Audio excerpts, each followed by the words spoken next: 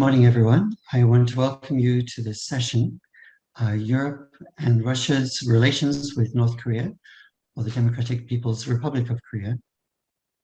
And we want to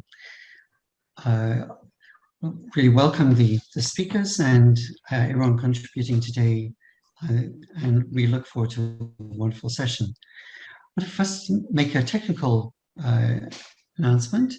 That is the language today, the conference language is English, but we will have one contribution in Russian. So it's beneficial if everyone goes to the globe, and if you're an English speaker, to choose the English translation, and then there'll be no hiccup throughout the whole program. Thank you very much. And now I'd like to pass this program on to Honorable Keith Best, who is the chair of Universal Peace Federation in the UK, and he's a former MP, and he's the executive director of the World Federalist Movement. Correct me if the title is out of date, but you can see his bio in the chat.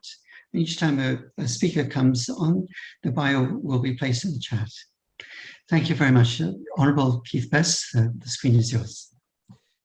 Well, good day to everybody. It's a great pleasure to be amongst you and to see so many participants here as well from around the world. I can't think of any more important subject at the moment than, in geopolitical terms, the relationship of Europe and Russia towards the Democratic People's Republic of Korea. This is a massive potential flashpoint, and of course we have tensions between Europe and Russia, and a divergence in policy between Europe and Russia towards the DPRK as well. Well, all these things we're going to learn about today from a very distinguished and expert number of speakers, and we're privileged to have them. Dr. Romashkina is from the Russian Academy of Sciences. Dr. Edward Howell is arguably the Oxford University expert on the subject, with an enormous profundity of knowledge on the matter. We have Major General Mats Engman, who is an expert in security policy, military strategy, and knows the DPRK and the Korean Peninsula extremely well. And we have from the Family Federation for World Peace and Unification, our own Jack Corley, who is himself very much an expert in this field. I mean, he's overseen the work in 10 former Soviet republics and 9 Balkan states, and he lives in Prague at the present time in the Czech Republic. So with that very formidable array of speakers, let me start by introducing more formally Dr. Natalia Romashkina. She is the professor, head of the Information Security Problems Group at the National Research Institute of World Economy and International Relations, named after E.M. Primakov of the Russian Academy of Sciences. Dr. Romashkina is also a corresponding member of the Russian Academy of Military Sciences. So, Dr. Romashkina, we're delighted to see you with us today, and we look forward to hearing now from you. Thank you very much. Thank you very much.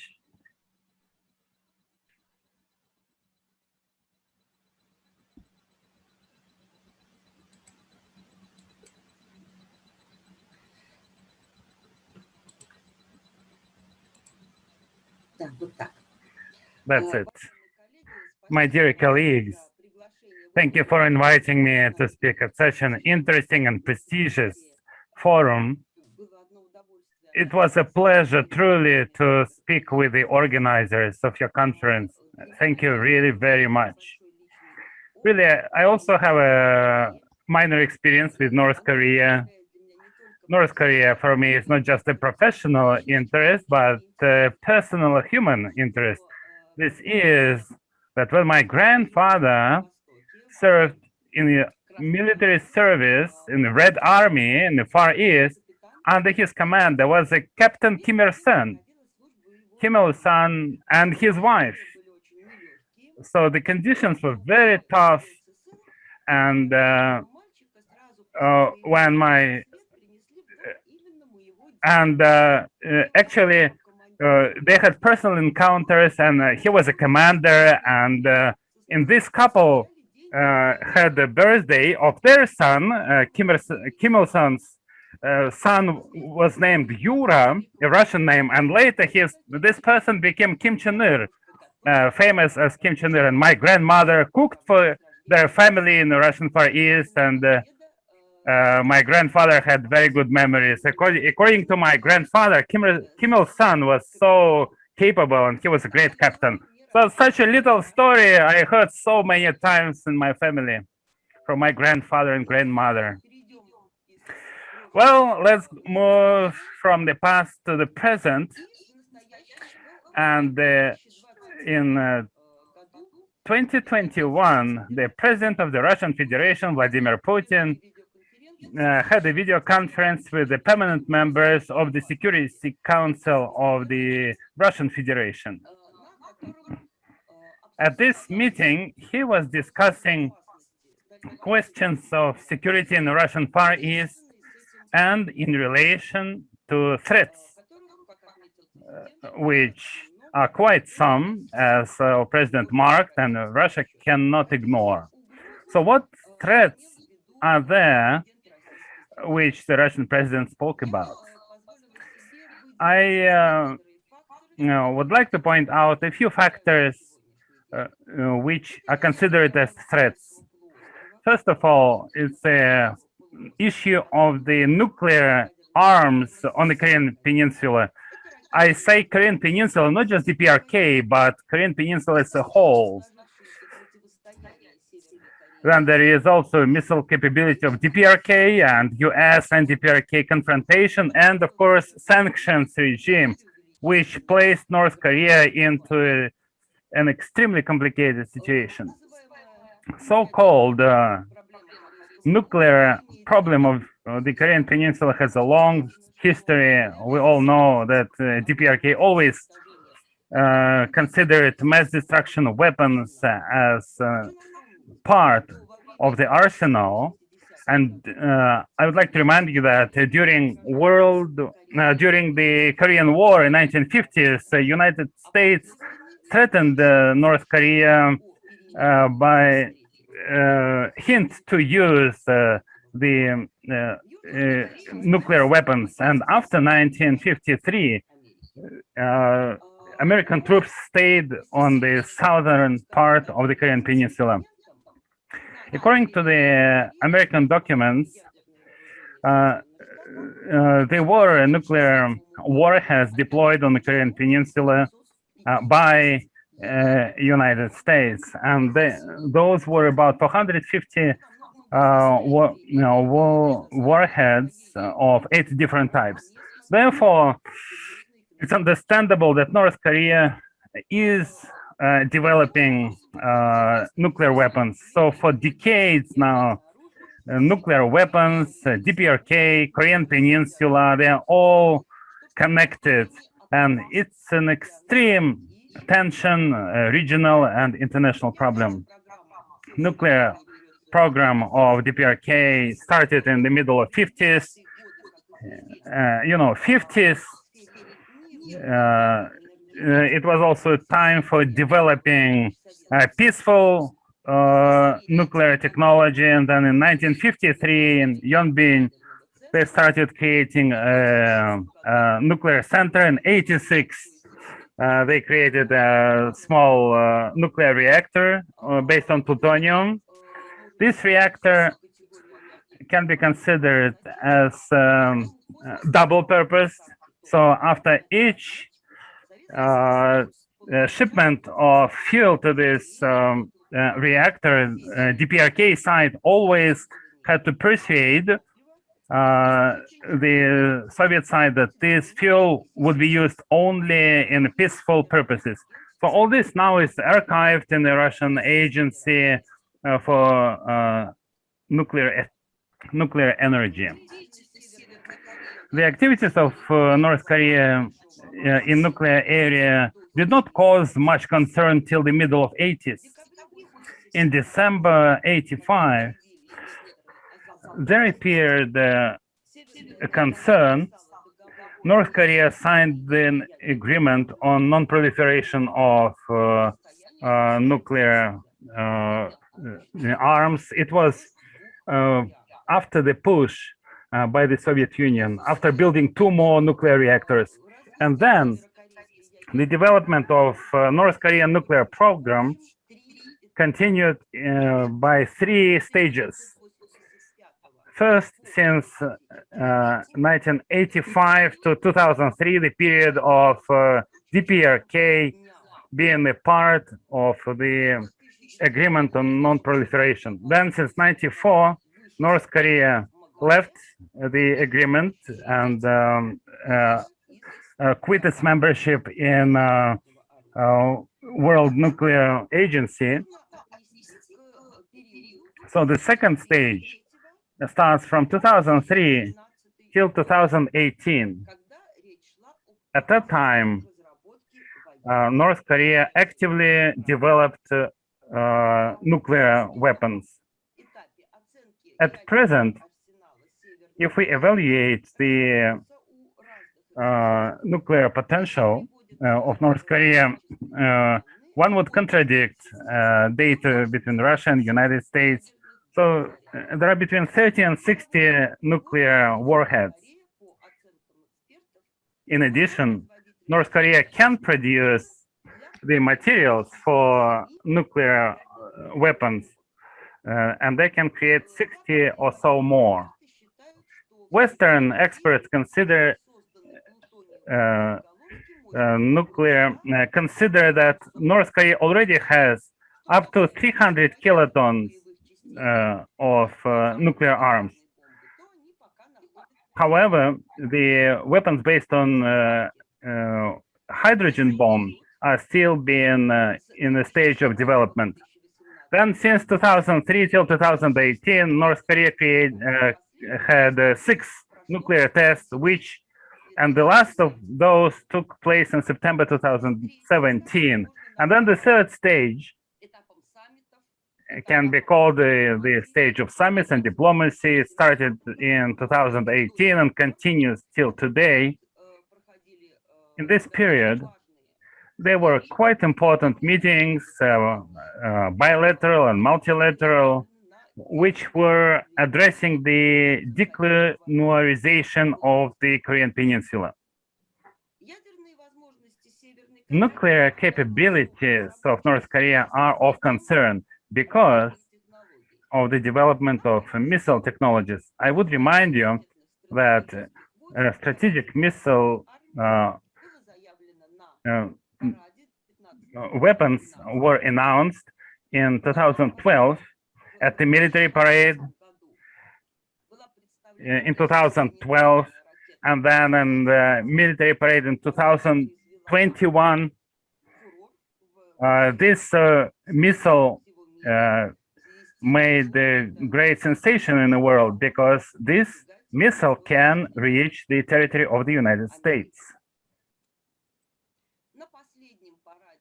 The most recent parade in 2021, they showed several ballistic missiles for submarines.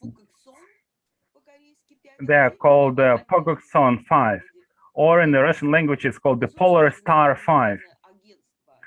The state nuclear agency of the North Korea announced this as the most powerful weapon in the world. Of course, one understands that the purpose of Kim Jong-un, the leader of North Korea, is to pressure the United States in order to ease or just lifting the sanctions in exchange for freezing the nuclear potential of North Korea. Therefore, DPRK was developing nuclear weapons as much as they could as a subject of bargaining. And now it's very likely that North Korea could stop developing nuclear missiles.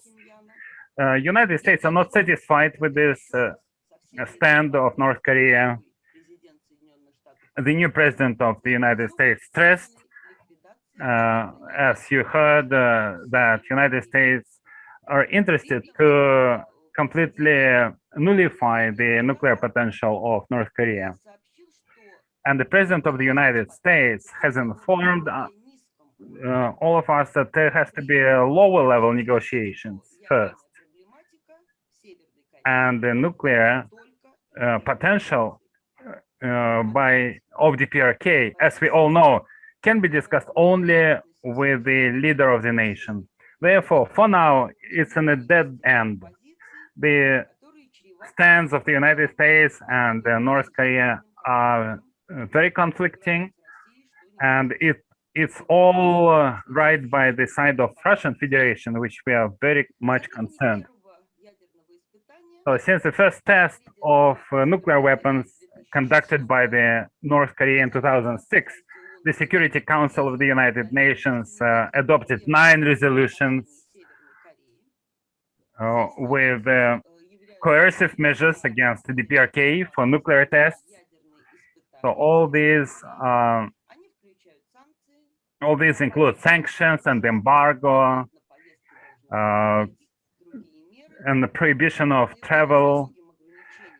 And we know that oil embargo and economic blockade are very sensitive for North Korea.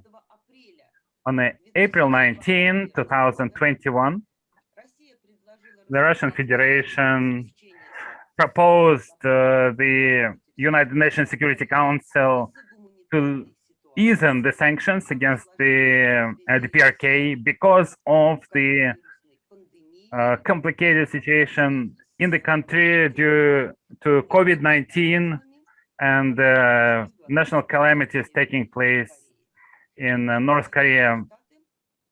However, the United States are blocking this initiative. So these and other matters were discussed at Russian-North Korean talks on April 25, 2019 in Vladivostok. It took place in Ruski Island. Possibly those negotiations might have introduced a new chapter. However, coronavirus pandemic created a new environment. It's all understood that initially the controversy between the United States and North Korea, despite there was a certain period of warmth and negotiations, which finished now negatively. However, despite the controversy between the United States and North Korea is one of the main obstacles in the denuclearization of the Korean Peninsula. Also, it's historically clear that Russia does play a special role in this region. Of course, first of all, it's about a threat related to the violation of non-proliferation treaty in relation to nuclear weapons. And it also creates a threat of creating nuclear weapons in other neighboring countries like Japan, because Japan also mentioned that there is a possibility that Japan will start developing nuclear weapons in case North Korea continues threatening its national interest. And besides, for Russia, there is a threat of military hostilities which can transform into a nuclear war right at the border of the country. And there is another threat of technogen catastrophes like nuclear catastrophes and water pollution and all kinds of threats coming together with the development of nuclear weapons by North Korea. So this problem is definitely global, and we hope that the Russian role is positive, and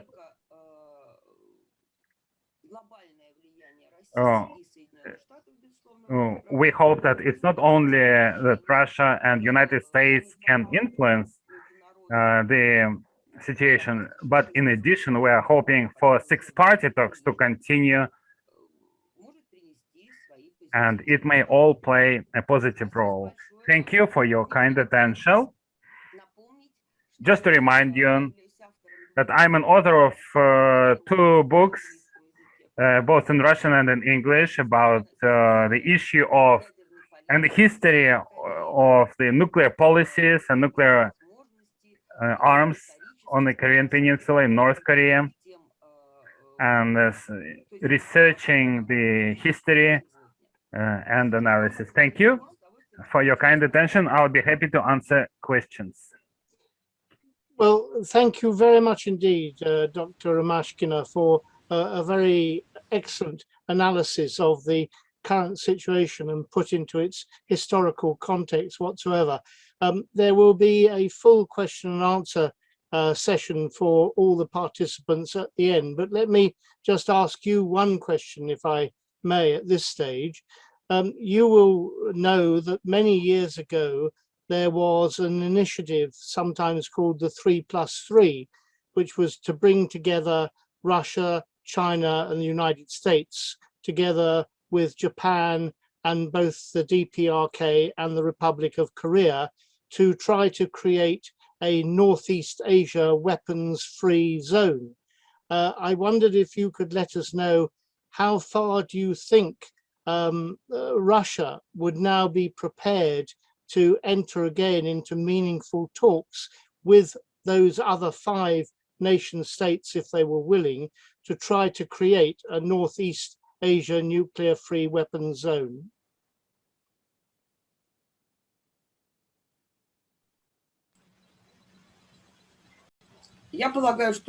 I think so.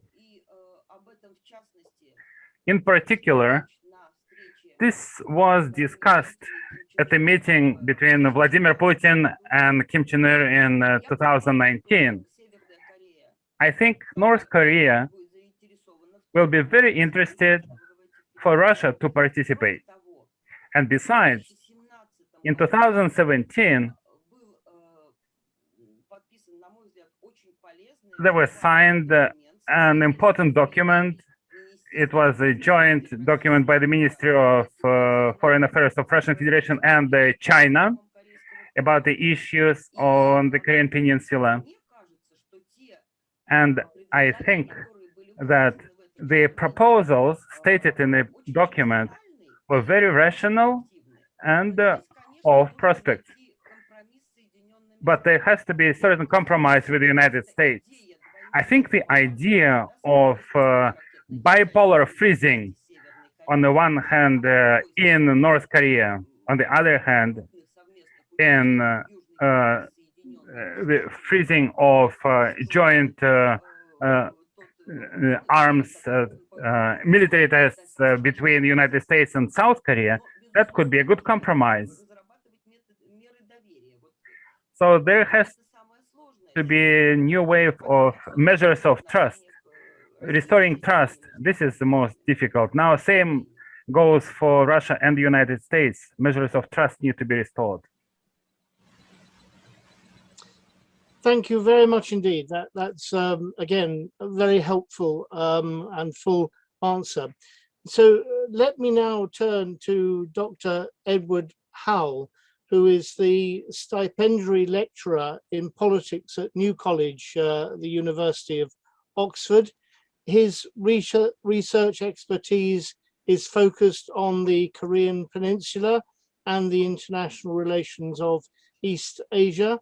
He specializes in North Korea's domestic and foreign policy, particularly its nuclear program, and the relationships between North Korea, the United States, and the wider international community. As an analyst on Korean affairs, he's provided frequent commentary and analysis for national and international media. And as I said right at the beginning, I think he bears the informal title of the Oxford University expert on the Korean Peninsula. So we're greatly looking forward to hearing from you, Dr. Edward Hull. Thank you. Thank you very much. Those who had hoped that the bright lights of Hanoi in 2019 or the humid climes of the botanical gardens at Singapore in June 2018, over 3 years ago now, would have catalyzed some form of miniaturized perestroika, had their hopes dashed. And even Moon Jae-in, the South Korean incumbent president who has very little time left of his presidency, has been unable to fulfill his arduous task of his economic and political agenda of rapprochement and reconciliation.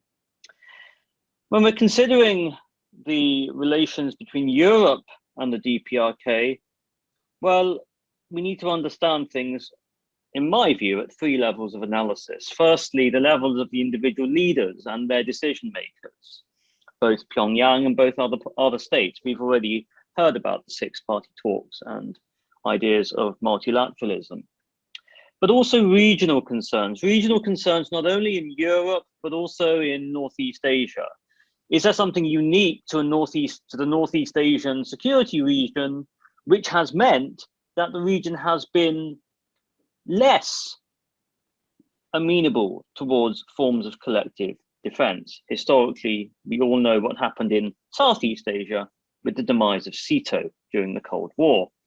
The renewed emphasis on the Indo-Pacific region, particularly with respect to the Biden administration, and also the network of alliances within East Asia, between the US and, as the hub and its spokes of Northeast Asian states, again, raising questions of Japan and even South Korea, and maybe not of will they nuclearize, that is slightly far-fetched, but would Japan ever gain a latent nuclear capability? How does that sit with its so-called pacifistic status? And then the broader systemic concerns at the international level. Yes, relations between Washington, Pyongyang, Washington and Moscow, Washington and Beijing, but also broader institutions and normative regimes, such as the non-proliferation regime, but also the human rights regime. I say this very importantly because when we talk about ideas of peace on the Korean Peninsula, arguably we have had no repeat of the Korean War, even though we have come close, not least in the 90s. But also, peace on the Korean Peninsula is not simply restricted to the nuclear program. What might a more integrated North Korea in the international community look like? Well, certainly its chances of integration are very low if it continues its human rights violations, its increasingly egregious human rights violations of its population. From the perspective of Europe, therefore, well, the idea that Europe has not been completely absent from discourse, not only from the European side, but also from the Korean Peninsula. The Unification Minister, Lee In-kyung, said earlier this year, he proposed a somewhat radical solution of a confederate system, 1 federation, 2 countries, a joint economic system akin to the EU. Is this a question of economic unity within political fragmentation? And so in the words of the so-called father of Russian socialism, the famous writer Alexander Yertsin, Kto vinovat, who is to blame? I'd like to reframe this question not into one of blame, but looking at where things have gone wrong and where do we go from there. We must remember that it's not just external actors that influence Pyongyang's decisions, and it's not just external actors that have their own and have had their own issues with their policies, it's also Pyongyang. The previous speaker made lots of note about recent dialogue between Russia and North Korea, but also between the US and Pyongyang. I'd like to say a little bit about the Trump administration, because added to the highly personalistic style of diplomacy ad hominem attacks, insults, not least to the North Korean side, but also to the US allies in Northeast Asia, there was a gradual sense of recognition that Trump was moving the US away from its role as the custodian of the so-called Western liberal international order. Indeed, Biden has sought to reverse this. This is why we're seeing a resurrection of the term rules-based international order, not least in the recent Quad statement, but also at the G7 leaders conference in Cornwall only a few weeks ago.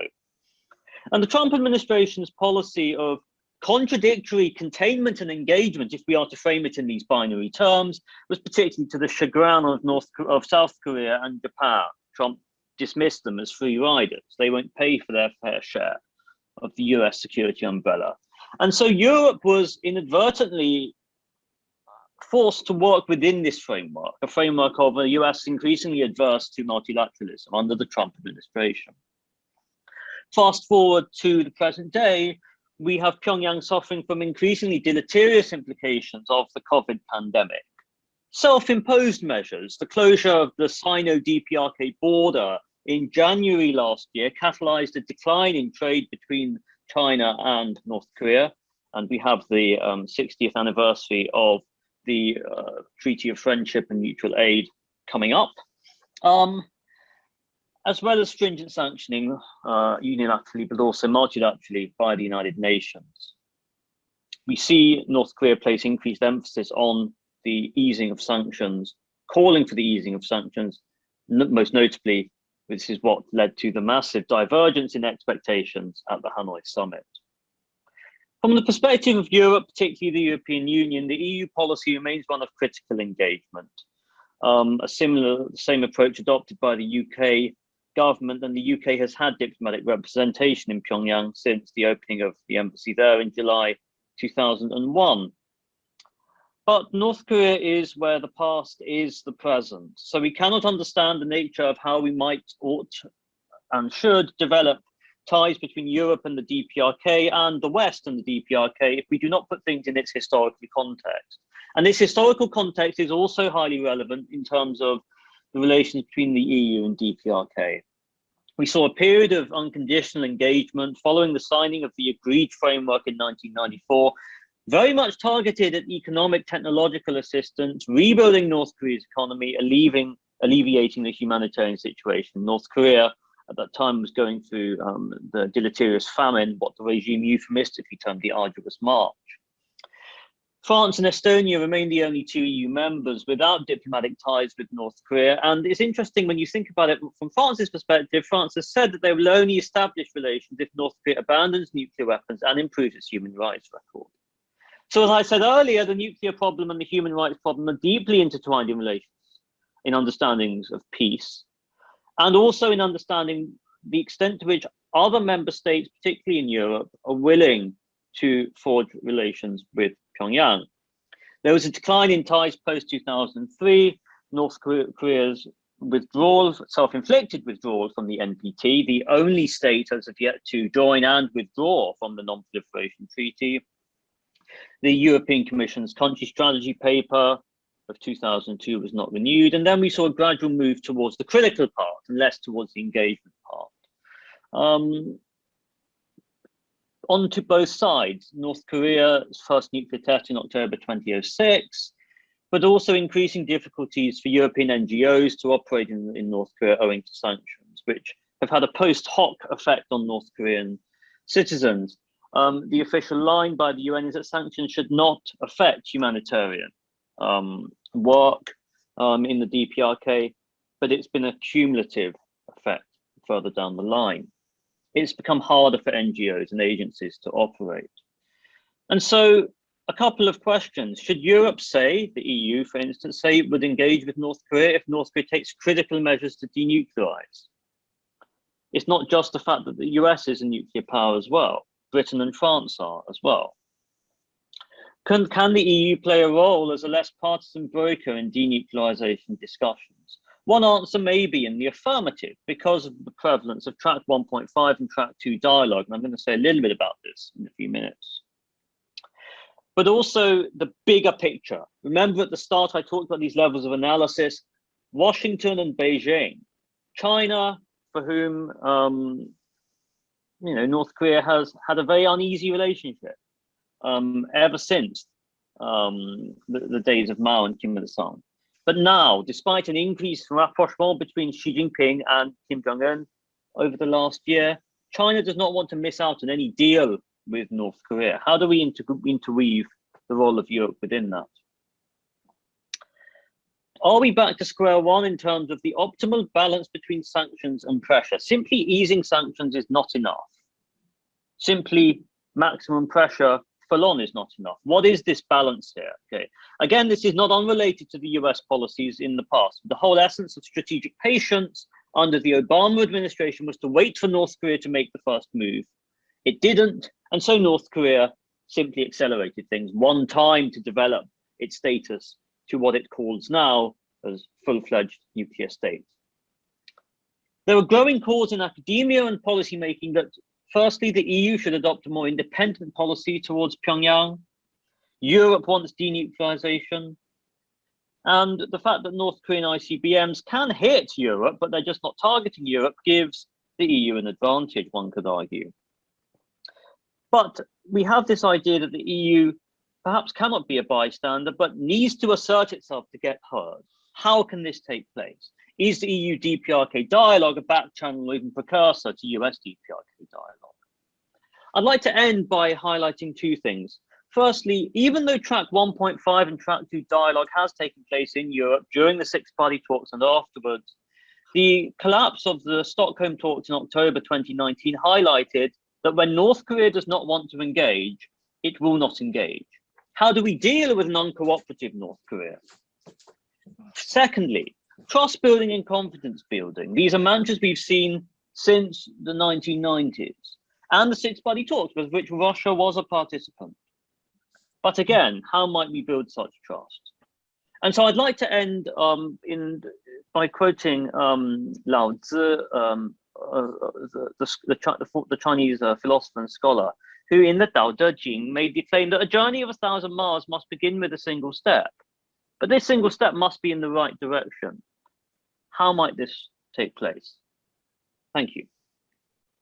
Well, thank you very much indeed, Dr. Howell. That's again a great insight on a multifaceted approach towards the whole situation. Again, as I said earlier, there's an opportunity for questions and answers at the end of this session for all the participants. But again, let me just ask you one question, if I may, at this stage. There seems to be a complete impasse at the moment in any further generation of talks, and that is that, of course, the DPRK is not prepared to give up its nuclear weapons because it sees that as the major bargaining factor, and indeed has been very successful. I mean, the only reason countries like the United States have been talking to the DPRK is because of its possession of nuclear weapons. And yet you have on the other side the United States insistence that there has to be a complete diminution, or at least a program for a diminution in nuclear weapons in the DPRK before any meaningful talks can take place. Do you actually ever see that impasse being breached? I mean, do you, in effect, do you see the United States softening its approach by actually accepting that the DPRK will not come to the table unless there is an acceptance that they would retain nuclear weapons, and instead to try to contain the actual usage or potential usage of those? And how far might Europe be a neutral broker, as it were, in trying to influence the United States towards that position? Thank you. It's interesting in your question, you talk about this idea of diminution of nuclear weapons. Obviously, the US approach, and this has predated Trump, has been one of complete, verifiable, irreversible dismantlement. Okay, and under the Trump administration, that moved to sort of fully fledged, verifiable dismantlement as well.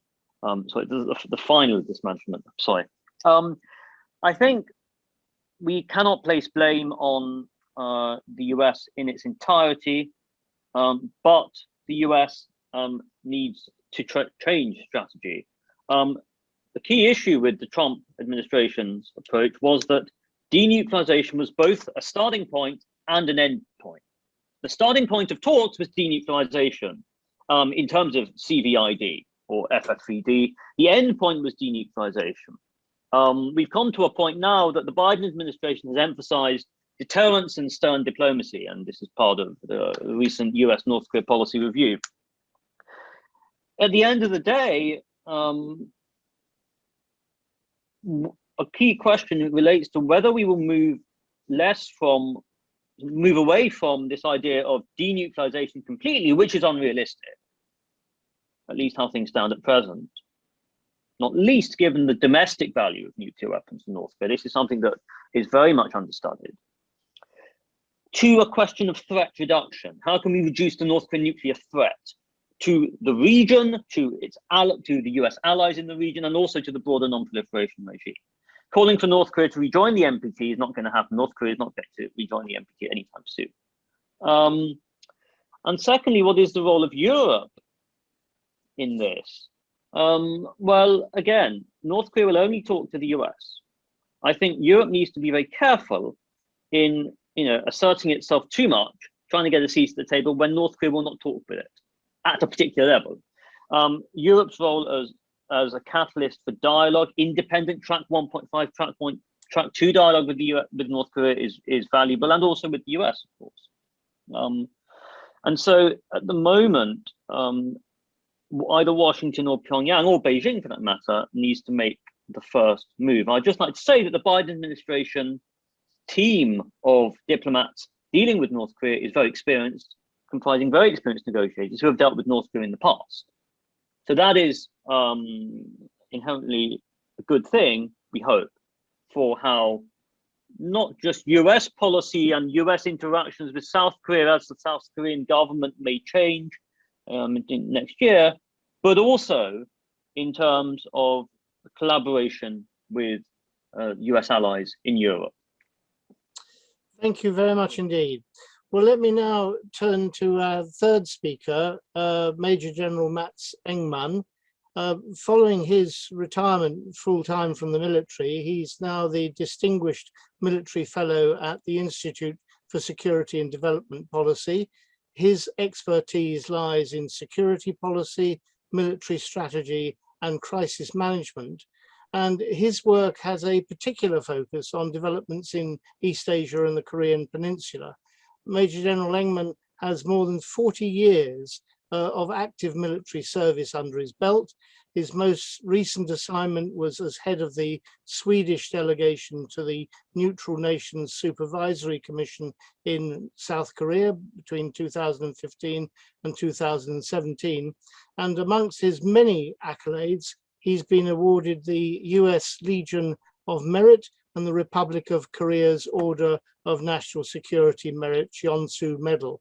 So, General Engman, we greatly look forward to hearing what you have to say with all the experience that you have in this matter. Over to you. Thank you very much, sir, for that kind introduction. I've been asked to provide you with a Swedish/European perspective on the situation of the Korean Peninsula, and I'll try to do that. My focus will be on security-related issues. That's not just because of my military background, but because they are key to stability and peace on the peninsula. And already at the outset, I would like to argue that when discussing peace on the Korean Peninsula, we cannot isolate the discussion from the wider strategic and political realities in the region that Dr. Howell also introduced in his presentation. So first, a few words on this, the strategic context. And I will start with from my background. During the Cold War, and now having returned, Northern Europe, including Sweden, my country, has again become a battleground for big power rivalry. What we are witnessing is intensifying military exercises, increasing military buildup on both sides, the West/NATO and Russia, including in Sweden, and nuclear deterrence strategy is as ever an important part of the picture. During the Cold War, Sweden, together with Finland, opted for a military non-allied policy, but we were never neutral.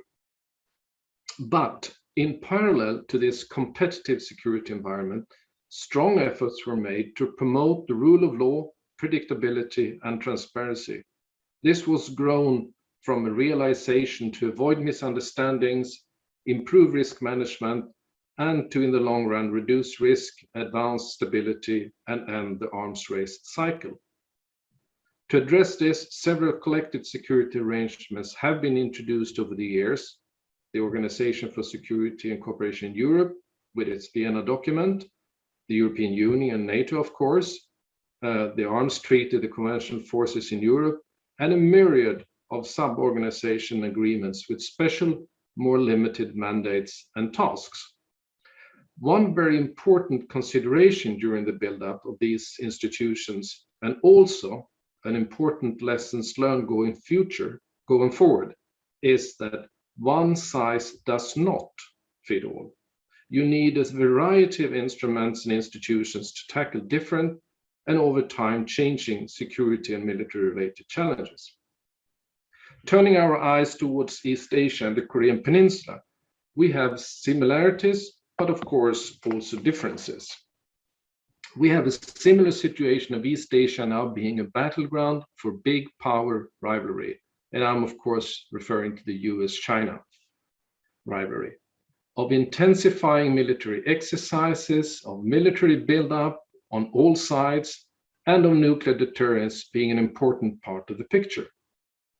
In a recent article in 38th North, it was stated, I quote, "What we are witnessing today on the Korean Peninsula is the same kind of action-reaction dynamic that developed between the United States and the Soviet Union during the Cold War, a destabilizing and expensive arms race that prompted both sides to pursue arms control agreements to promote strategic stability, reduce arms racing, and lessen the burden of defense expenditures," end of quote.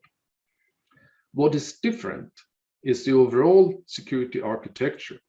In East Asia, bilateral security arrangements are the norm, but still with some restrictions to permanent deployment of troops, restrictions on permanent deployment of nuclear weapons, restrictions in halting and temporary halting of military exercising, etc. Another difference is the almost total lack of collective arrangements to reduce and manage risks, collective efforts to promote confidence-building measures, and arms control efforts and/or agreements.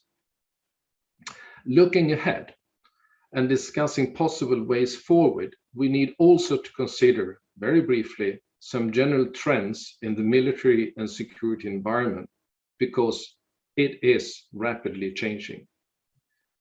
In an interview earlier this year, Sir General Nick Carter, the United Kingdom Chief of Defence, said, I quote, "The world has never been more complex, generated by a combination of big power competition, failing states, and extremism," end of quote. And I would argue all of which is underpinned by fast evolving technological change that combined even requires rethinking of our strategies of deterrence.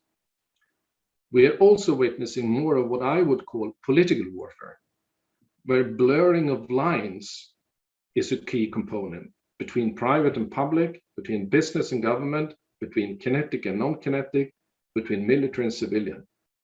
We see international norms and standards not being accepted or challenged. The use of proxies, militias, and mercenaries are returning, and gray zone operation, that is, operations under the threshold of war, and deniability are becoming the preferred way of gaining influence. In this complex and fast-changing environment, I would argue we need to widen the cooperative framework between like-minded nations to better understand and navigate this reality, where escalation management is becoming more difficult. Let's talk about space and cyber as well, and deterrence needs an overhaul. But we need to build these partnerships in a transparent manner with the overarching objective of improving predictability and risk management. Republic of Korea, I would argue, as one of the leading democracies in East Asia and a strong promoter of the rule of law, United Nations Charter, and international norms and regulation, is well placed to assume a leading role in such an effort. Sweden and the European Union could offer our experience on how to develop a more collective security architecture, ultimately benefiting not only the peace process on the Korean Peninsula, but also the wider East Asia region. We do not have all the right answers, but our experiences, political position, and the general security environment in Europe has enough similarities with the situation in East Asia to make such an effort worth pursuing. To end, I would like to highlight 6 areas I think are especially relevant to address in such a partnership. First, finding ways to encourage the parties to recommit to the Singapore Agreement and the Panmunjom Declaration, or the Comprehensive Military Agreement. 2, promote and support actions to initiate a regional security dialogue, or maybe even several dialogues, where a US-China dialogue would be especially relevant.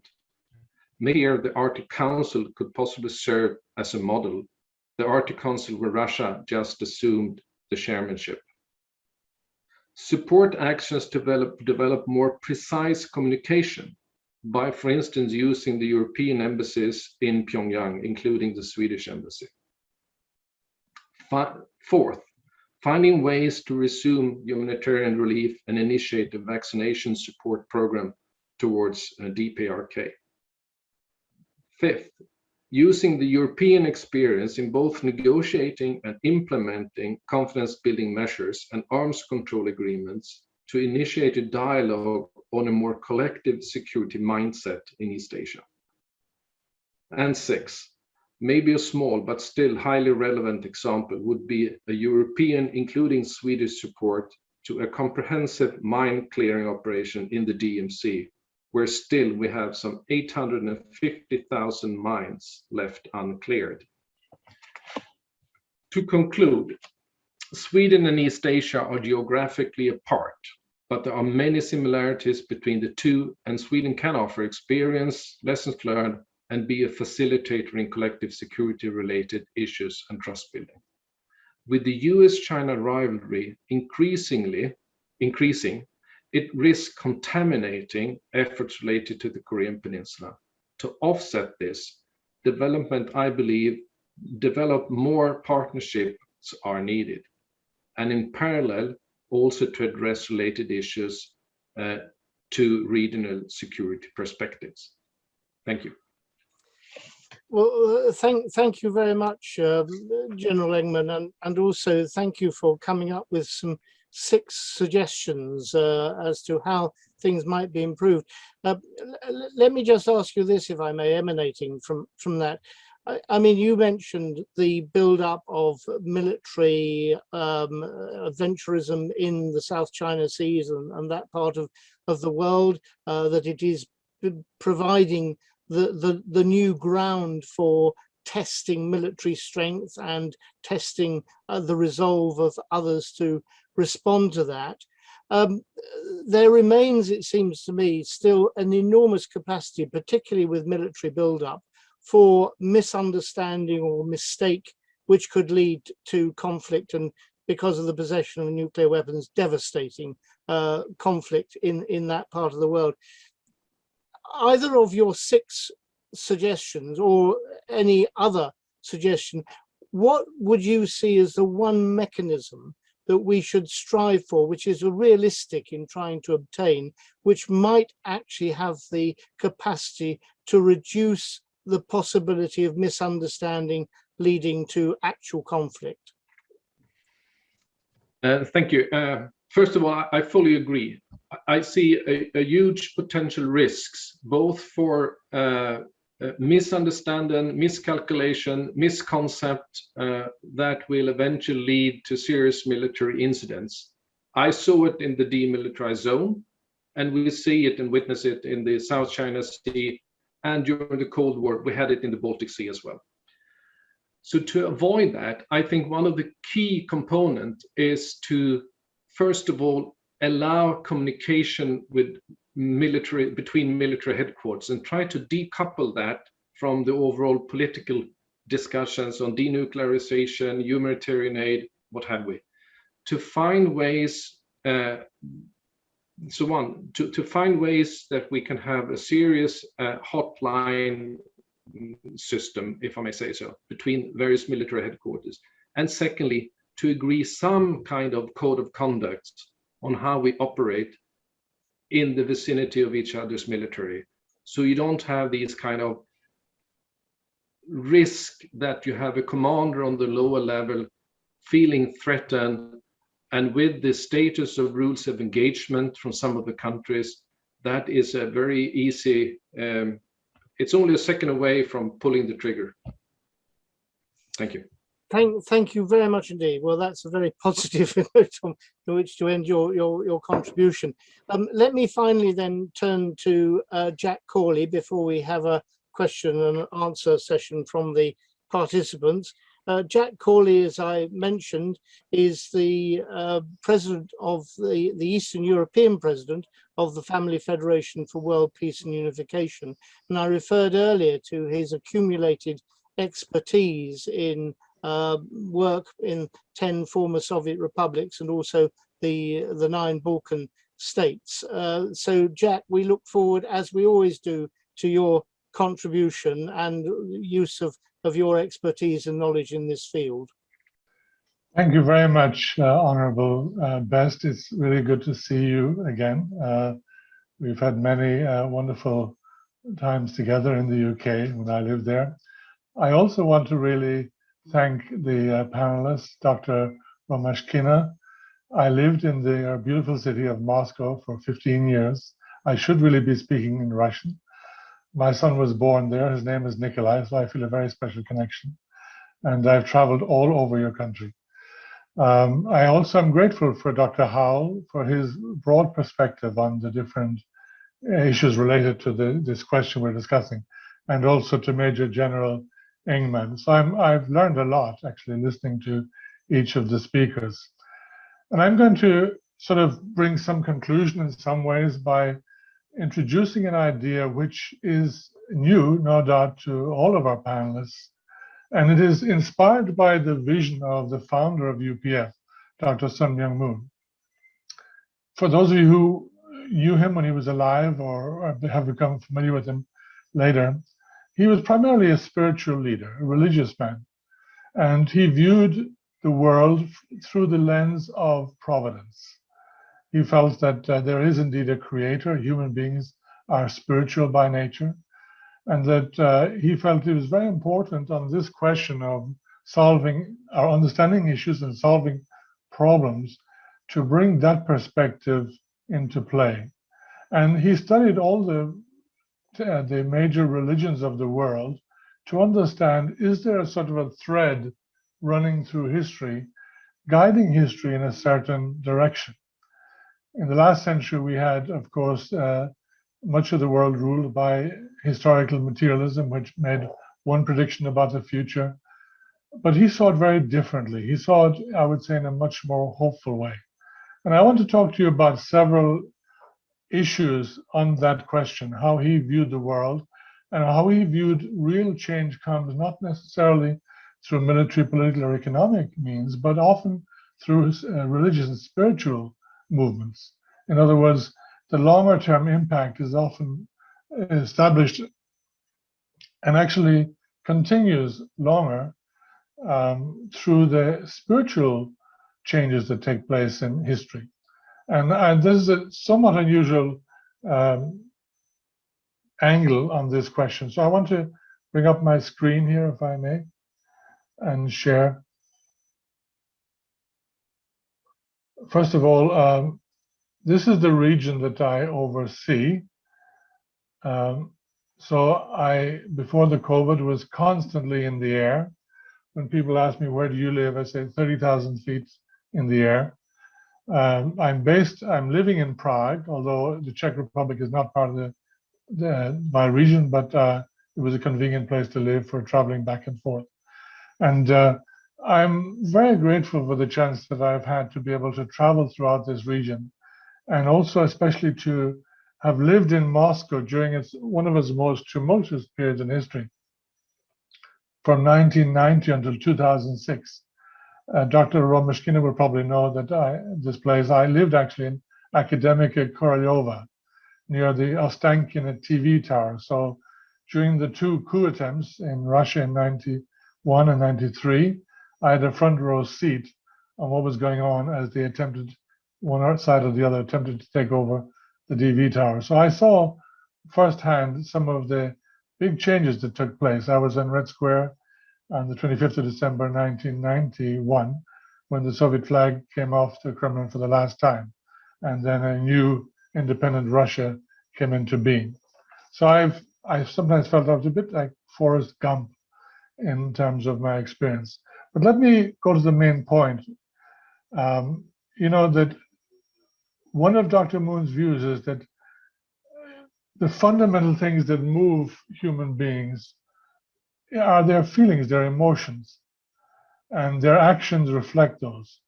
And people have said that the First World War began between two brothers, Cain and Abel. Now, the Abrahamic faiths, of course, they share this understanding that indeed there was such a situation where the parents had deviated from their creator, and that the outcome of that was that one of their sons became the murderer of his younger brother. And so when we look at history, and this is again looking at it through the providential viewpoint, this paradigm has actually governed human history. There has always been antagonists, and there have been conflicts between one side and the other. It's been about power, land, many different things, and it's been unresolved. So we can say that from the time of that First World War, the world has not seen peace, and we have seen only conflict on every level and in every country, and working from individuals all the way through families, societies, nations, and the world. But one of the great turning points, and it may not be seen like this in the world's media, for example, was an event that took place when two brothers, the grandsons of Abraham, they were Esau and Jacob, reconciled after a 21-year separation. Esau was really angry that his brother apparently stole what he considered his rightful inheritance, and they became separate for 21 years. But finally, Jacob, who he hated, returned and was extremely generous in passing all his property, which at that time was sheep and camels and goats and so on, to his angry brother. And the brother became so moved by his brother, by Jacob's attitude, he actually, from wanting to kill him, actually decided to embrace him. And in fact, Jacob had to insist, please take everything. And Esau said, no, because I see you, I see the face of God. And so there was a paradigm shift in the providence, and they were not insignificant figures. Their descendants, of course, became the nation of Israel. And as you know, when Christ was on the earth, he said that, but I tell you, love your enemies, bless those who curse you, do good to those who hate you, and pray for those who mistreat you and persecute you. Now that sounds like a losing proposition for most people. And most people, in fact, cannot practice that. But that was something that was spoken 2,000 years ago. And the question is, have we ever tried to put this into practice? Have we really tried? When the Versailles Treaty was signed, and it was extremely harsh on the defeated nation of Germany, it sowed the seeds for the Second World War, which is why Hitler, when he entered France, went right away to that train carriage where they signed their surrender in World War I and had it ceremoniously destroyed to make the point that, yeah, you don't put us down like this again. They learned in the Marshall Plan to act differently. And so the former enemies became allies. So the principle of loving your enemy and doing good to those who maybe, were trying to kill you, actually in the end pays off. And it takes a lot of wisdom. And this wisdom, I believe, does come from the spiritual truths of all good religion. Gandhi said, when I despair, I remember that all through history, the ways of truth and love have always won. And of course, he was persecuted badly for his independence movement. And I think those of you who have seen the movie Gandhi by the British director David Attenborough will be moved by the story he told there of some very simple spiritual man who overturned the power of the British Empire in its control over India. Dr. Martin Luther King said, we never get rid of an enemy by meeting hate with hate. We get rid of an enemy by getting rid of enmity. And so there are some great teachers in history helping us to understand how do we deal with this issue. Now, coming to the founder of UPF, he was unjustly imprisoned in the United States, accused of not paying tax. That's a favorite American government way of, trying to bring people down. But he said, I am teaching you to love those who hate you. If you love them, sooner or later they will come to like you. If you return good 3 times for every time someone does you wrong, eventually that person will bow his head. Try it yourself and see if I am right or not. Everyone has a conscience. And he also did the same, although he was famous for being anti-communist. His anti-communism was never against people. It was never out of self-interest or the defense of, greedy capitalistic practices. It was always because he believed there is a God, which he experienced, and communism denied that, and that humans do have a spirit which is eternal, and that was also denied. So he stood against it for the most profound reasons, never out of self-interest. So when he went to Moscow in 1990 to meet with President Mikhail Gorbachev, he promised to support the transition that the country was going through. That is the reason I ended up in Moscow as part of that process. Then in December 1991, he traveled to Pyongyang, and he met the man who was responsible for his own imprisonment, Dr. Moon's imprisonment, for almost 3 years in a labor camp in Hungnam. And he basically embraced him, just like Jacob and Esau embraced each other. And he offered to help North Korea transit from its current position. But before doing that, he did a most death-defying thing. He actually spoke to the leaders in Pyongyang of North Korea, and he told them to their face, your ideology is wrong. You deny God, you deny the human spirit, you will fail. Your country will be isolated and impoverished. And he said, if you change, then your country can prosper. And of course, the people with Dr. Moon were scared. This is the end of him. He's not going to get out of North Korea. But actually, Kim Il-sung heard about it and invited him to his residence and said, I want to meet that man. I liked it. And then told his own son, who later became the leader, Kim Jong-il, pay attention to this man. He is a friend of North Korea. And so then that's true that at that time they signed agreements to support the changes in North Korea.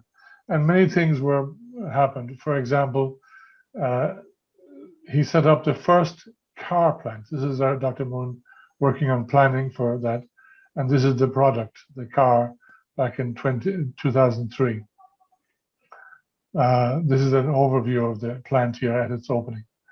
He also built this cultural, spiritual center in Pyongyang. It is still there, and it was welcomed by the government and many other representatives. He also sent the Little Angels to perform in the main theater together with the North Korean version of a similar group. And so this is the principle he's using, is that in the end, all people are God's children. No matter how bad they may have behaved, they're still God's children. And the only way to bring peace is we reach out, and we, on the one hand, we of course, we have to defend against threats. So he has always been a proponent of a strong military to protect people. But at the same time, that's not the end goal. The end goal is reconciliation and harmony, and people coming together, because at the end of the day, we're all brothers and sisters under the same creator. So let me just stop here. Jack, thank you very much indeed. Yeah, well, thank you. With those very telling thoughts, we've got some time for just a few questions and answers. We've had quite a number of questions coming in. I'm going to try to summarize them and invite the panel to answer them. I mean, one of them is, how determined are both the DPRK and the Republic of Korea in seeking unification? They both mouth this, they both say this is their desire, but of course, from an economic point of view, unification could be a disaster for the Republic of Korea. From a personal point of view, it could be a disaster for the regime in Pyongyang because they could lose power. And of course, there would be a total exposure of people in North Korea, in the DPRK, to the ideas of the West from which they've been shielded for a very long time. So how realistic is it that actually these words of unification are really the real intention behind the two Koreas?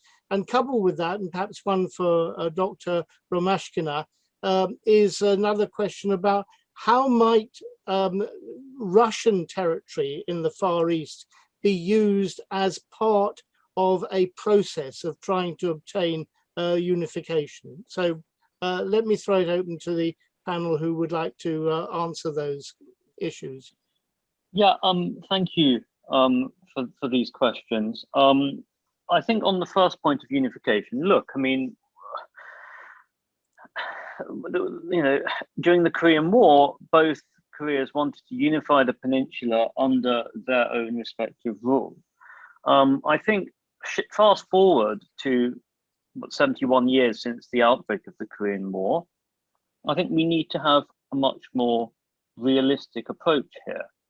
Unification of the Korean Peninsula as an end goal, fine, and North Korea is still highlighting this, the importance of unification under its own terms, okay? But we must consider not only the economic implications of unification, but we've got a nuclear state here. We've got North Korea that is a nuclear armed state that last year demonstrated the world's largest road mobile liquid fuel intercontinental ballistic missile. We have North Korea that has said it is a completed nuclear state. In 2018, Kim Jong-un said, we have completed our nuclear program now. Okay, and so that reflects that's a very stern warning to South Korea and also to the region and globally to how North Korea views itself. Questions of unification not only have economic issues, there are cultural issues as well pertaining to the unification of North and South. Everyone likes to ask, when is unification going to occur? I mean, we need to focus on issues that are much more shorter term. Reducing the North Korean nuclear threat, the North Korean egregious human rights violations. We can't have unification with such flagrant flouting of international norms, of the norms that underpin the rules-based international order of the post-war era. Thank you. Dr. Romashkina.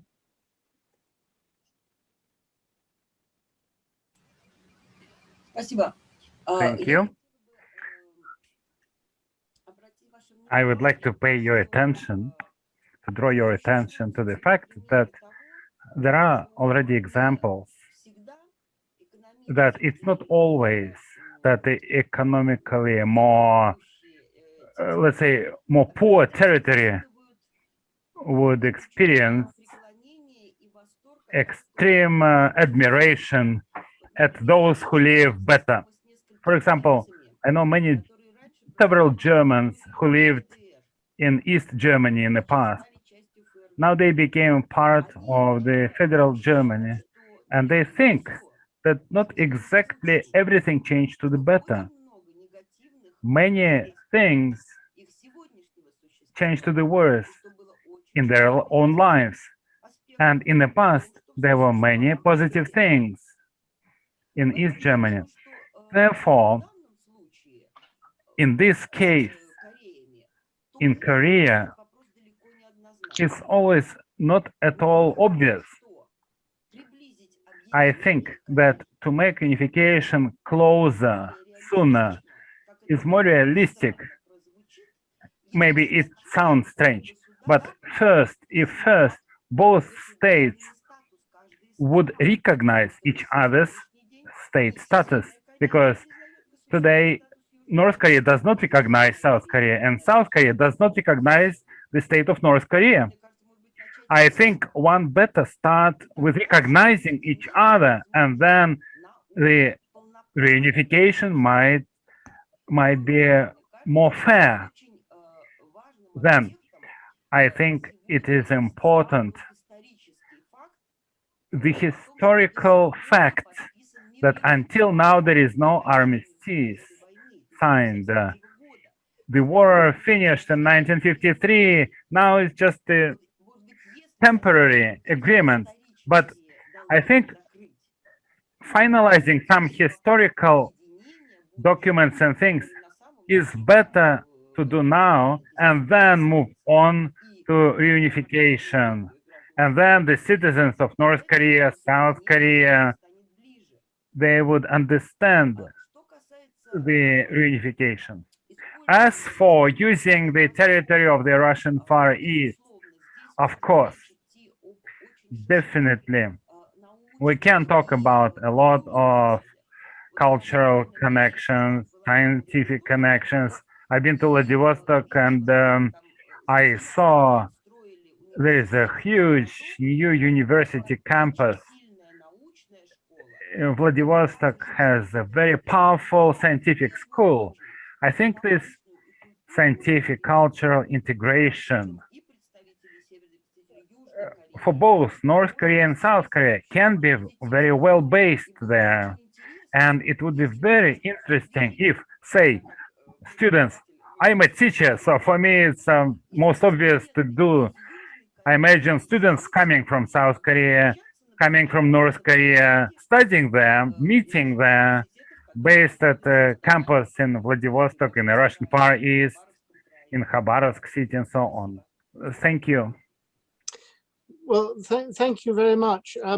We're coming towards the end of our session, so let me try to encapsulate other questions into one question for all the panelists who wish to respond. That is, looking forward 10, 15 years. Are we still going to be discussing in 10 or 15 years the things that we're discussing now? Looking at the leadership, where will the leadership of both the DPRK and the Republic of Korea be in 10 or 15 years? And what is really the prognosis? So we end on asking you to cast your minds into the future and see what your vision will be in, say, 10 or 15 years of the whole situation of the Korean Peninsula. So who would like to answer that first? General Engman, yes. Thank you, Chair. So you put us in the hot spot, really, by doing this. I have a background in military intelligence, so I'll go for it. First of all, I think we will still be discussing denuclearization on the Korean Peninsula and DPRK. I don't think we have solved that issue. I think if solved, it will come as an end result after a long diplomatic political process, and only after we have achieved a situation where North Korean leadership feel secure. And talk about reunification, I think, is rather an obstacle to achieve that than something that supports it, because we are talking about two extremely different societies, and it must be up to the people in those societies to determine if they would like to be reunified. And that will not be able to happen in North Korea until a couple of generations ahead, where you have trained them, educated them to have a freedom of expression and really sense of the outside world. I also hope, more than I'm a little reluctant, but I hope that we have been able to establish some kind of dialogue addressing some of the issues I referred to in my presentation about risk management, escalation management, and have a less tense situation on the Korean Peninsula. But I think very much is up to, and your question about leadership, if something unexpected doesn't happen, I think we will have the same leader in Pyongyang, Kim Jong-un, as we have now. He is only roughly around 35. And in South Korea, it seems to be a kind of variation between the more conservative and the more radical government. So it's difficult to tell 10, 15 years ahead about what kind of. So a little bit of hopeful, but the nuclear issue will not be solved. Thank you. Thank you.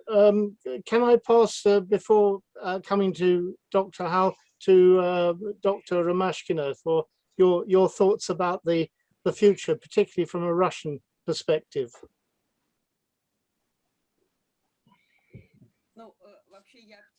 Well, I'm an optimist. I believe in all the good. I would not say that North Korea would stop being a nuclear power after 10 years for many reasons. And one of those reasons is that nuclear energy was created a while ago. It's about 100 years. Nevertheless, no one stopped using nuclear energy. Every year we're creating more and more dangerous nuclear arms, and with every year we realize more and more how dangerous it is, and we still create this. None refused using nuclear energy and nuclear arms. And in the North Korean mentality, having nuclear arms and using nuclear energy is a great deed. They commemorate this, they celebrate this. Therefore, North Koreans are proud of this. Nevertheless, I think that the closer contacts moving towards reunification is very likely. It's very difficult, but I would say after 20 years, we can talk about very real, closer connection between the two states. It serves the interests of both of them, unless they are prevented from this by major powers, then it's possible. Thank you very much. Let me end then by asking Dr. Hal for his comments on that. Thank you. In line with Major General Engman's comments, we need to have realistic goals.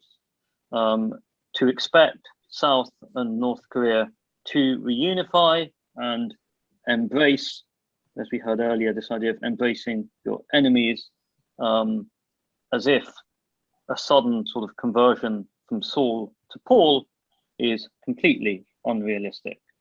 We need realistic goals that need to be attuned to several things.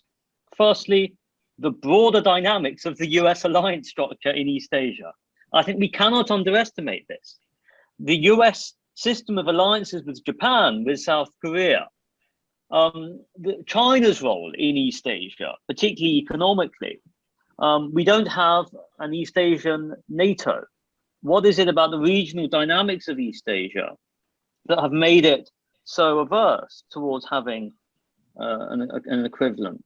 And again, historically, we've had the failure of CETO, which is one reason. And secondly, I don't think we should be putting a time frame on when unification is likely to happen, because again, it is not helping us to achieve realistic goals. How can we build confidence building between the two Koreas and between the US and North Korea? But crucially, what is confidence building? What is trust building? And actually, what does North Korea want from this? That is a very difficult question, but we need to understand what North Korea wants so that we in the international community can be more tuned as well to how best to devise policy solutions. Thank you very much indeed. Well, let me finally then invite Jack Corley to say a few concluding remarks before I pass to Robin to close this webinar. But in doing so, can I express my own, and I know on behalf of all the participants, my thanks to the 3 expert panelists we've had. I think it's been a most enlightening session, and one from which we can all go away much better informed, and I hope with a realistic sense of opportunism and a sense of hope, but realistic aspiration, I think, is the key. So final words over to you, Jack. Yeah, thank you, Honorable Best, and thank you for all the panelists, the 3 panelists. I do share the optimism of Dr. Romesh, excuse me, the name, Romeshkina, about the situation on the Korean Peninsula. And I actually want to say that in this respect, Russia plays a really critical role. During his visit with Gorbachev in 1990, Dr. Moon asked him, please establish relations, diplomatic relationships between the Soviet Union and South Korea, which he did actually within months. And why? Because if a country has good relations with both sides, it is in a better position to mediate between the two. And Russia can offer a face-saving way to North Korea to begin to change its behavior. And I think that in that respect, Russia will play a very important role. I have been to the border of Russia, China, and North Korea. I can see there's a 17-kilometer border between Russia and North Korea. There's, of course, a long-term relationship during the Soviet era and so on. So I think that I feel more optimistic, to be honest, and miracles do happen. Saul did become Paul. So things can move. Thank you, everybody. Thank you very much. Robin, would you close the seminar, please? Thank you very much. We've had a very enlightening, insightful set of contributions, and it's been a wonderful combination of perspectives, which has allowed us to look at this situation from different eyes. And it's also made some very positive recommendations. I love the idea of the university in Vladivostok being a center for building regional harmony. Thank you so much for all your contributions, and we look forward to also to see you, if possible, this evening when there is another session of this ILC series. This is at 7 o'clock in CET. If I'm wrong, maybe please put the right link in the chat. But please join us, because we will be having a succession of these webinars over the coming months to explore and understand, one, the search for peace, but also the search for peaceful reunification. Thank you so much, and God bless you all.